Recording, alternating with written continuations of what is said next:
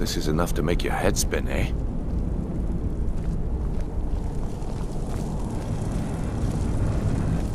Okay, lass. We've got these get-ups on. Now what? Beyond this gate is the first step in becoming a nightingale.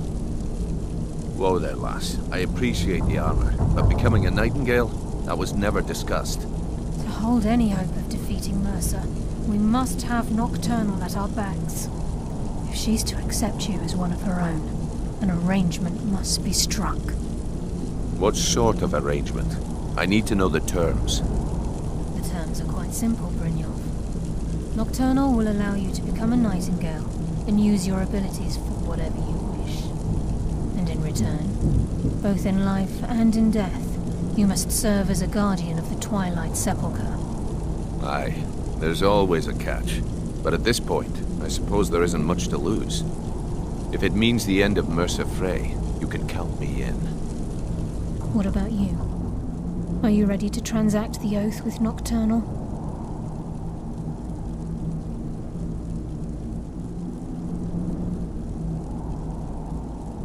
By transacting the oath with Nocturnal, you're entering into a business deal. You'll be provided all of the power and knowledge befitting a nightingale. You're free to use those powers as you see fit, to further your own goals, or the goals of the Thieves' Guild. In return, you'll be required to defend the Twilight Sepulchre and everything within when the need arises. More importantly, upon your death, your spirit will be bound to the Twilight Sepulchre as one of its guardians. Once the oath has been struck, the terms are binding. Knowing this, are you ready to undergo the ceremony? Good. After I open the gate, please stand on the western circle. This is enough to make your head spin, eh?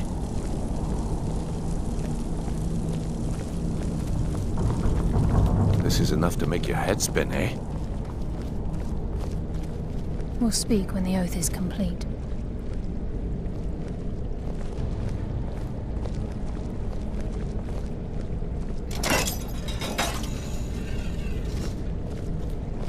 Time's wasting, and Mercer's still out there. Let's get this show on the road.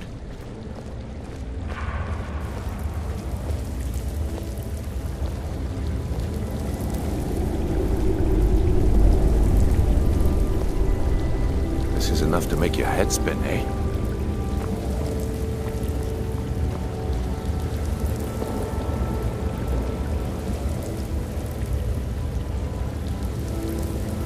I call upon you, Lady Nocturnal, Queen of Murk and Empress of Shadow.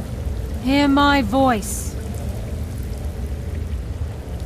Ah, Carlia. I was wondering when I'd hear from you again. Lose something, did we? My lady, I've come before you to throw myself upon your mercy and to accept responsibility for my failure. You're already mine, Carlia. Your terms were struck long ago. What could you possibly offer me now? I have two others that wish to transact the oath, to serve you both in life and in death. You surprise me, Carlia. This offer is definitely weighted in my favor. My appetite for Mercer's demise exceeds my craving for wealth and grace. Revenge. How interesting. Very well. The conditions are acceptable. You may proceed.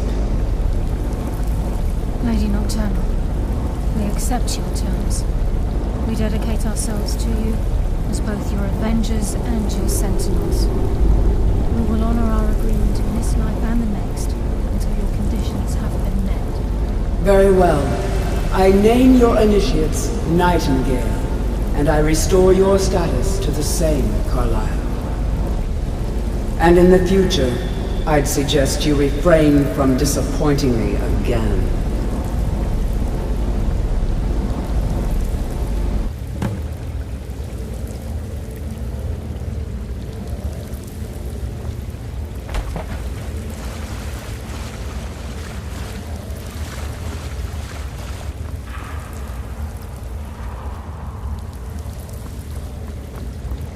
I suggest you talk to Now that Kalaya you've first. transacted the She has oath, some news it's that time will to turn reveal your the stomach. final piece of the puzzle to you. Mercer's true crime. Mercer was able to unlock the Guild's vault without 2 keys because of what he stole from the Twilight Sepulchre, the skeleton key. By doing this, he's compromised our ties to Nocturnal and, in essence, caused our luck to run dry. Well, yes, but the key isn't only restricted to physical barriers. All of us possess untapped abilities, the potential to wield great power securely sealed within our minds. Once you realize the key can access these traits, the potential becomes limitless.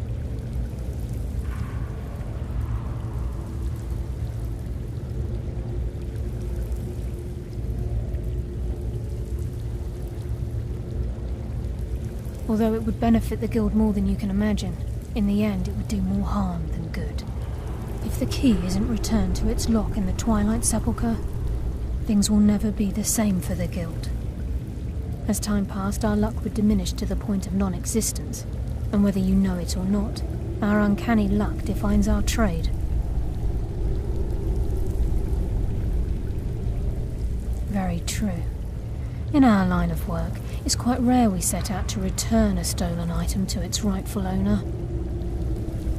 Before we depart, Brynjolf has some business to discuss.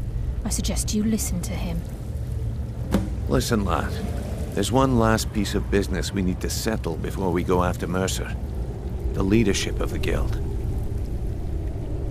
Carlia and I had a long discussion before you arrived here. Thanks to your efforts, Mercer's treachery has been exposed. After we deal with him, all that remains is restoring the Guild to its full strength. As a result, we both feel that you have the potential of replacing Mercer as leader of the Thieves Guild. I've been at this game a long time, my friend. A long time. I've stolen trinkets from nobles and framed priests for murder. I'm good at what I do, maybe even one of the best, but it's all I know. I've never been one to lead. Never desired it, never cared for it. Don't want it.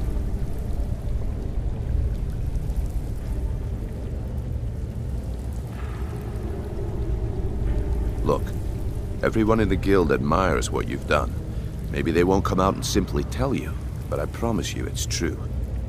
And now they know Mercer never genuinely cared about the Guild. He lacked the loyalty you obviously possess. I can't think of anyone better.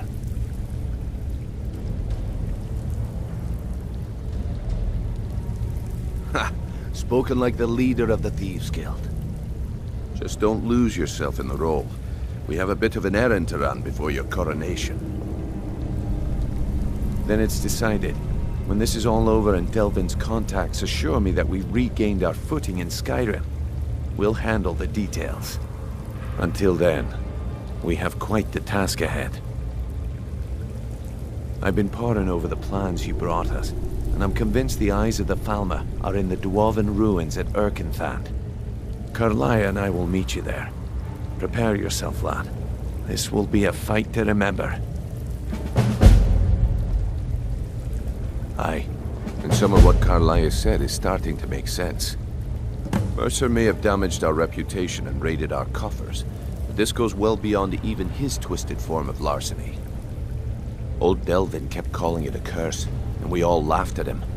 Looks like the joke's on us. If you would have asked me that yesterday, I'd have said no, but now I think our chances have improved. Look, call me crazy if you like, but I trust Carlia. I don't think she'd lead us down a suicidal path. Besides, I'd rather die with some of Mercer's blood on my blade than spend the rest of my life regretting that I ran the other way. Until next we meet, lad.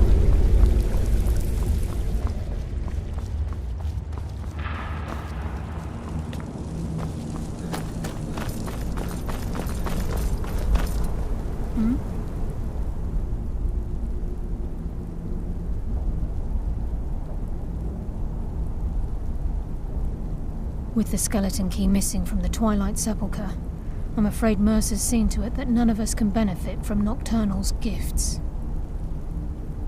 You merely transacted the oath, signed the unwritten contract with Nocturnal. In order for us to receive our abilities, our end of the bargain, I'm afraid the key must be returned. If Nocturnal was truly displeased with me, with any of us, she wouldn't have answered my call. I have no doubt that we still hold her favor, and I believe it gives us enough of an edge to defeat Mercer Frey. Yes. Now that you're a Nightingale, you may consider this your home. You'll find that this place offers many things that will help you in your endeavors, as well as a wealth of information for you to learn. Once the skeleton key has been restored to the Twilight Sepulchre, I'll make this place my home as well.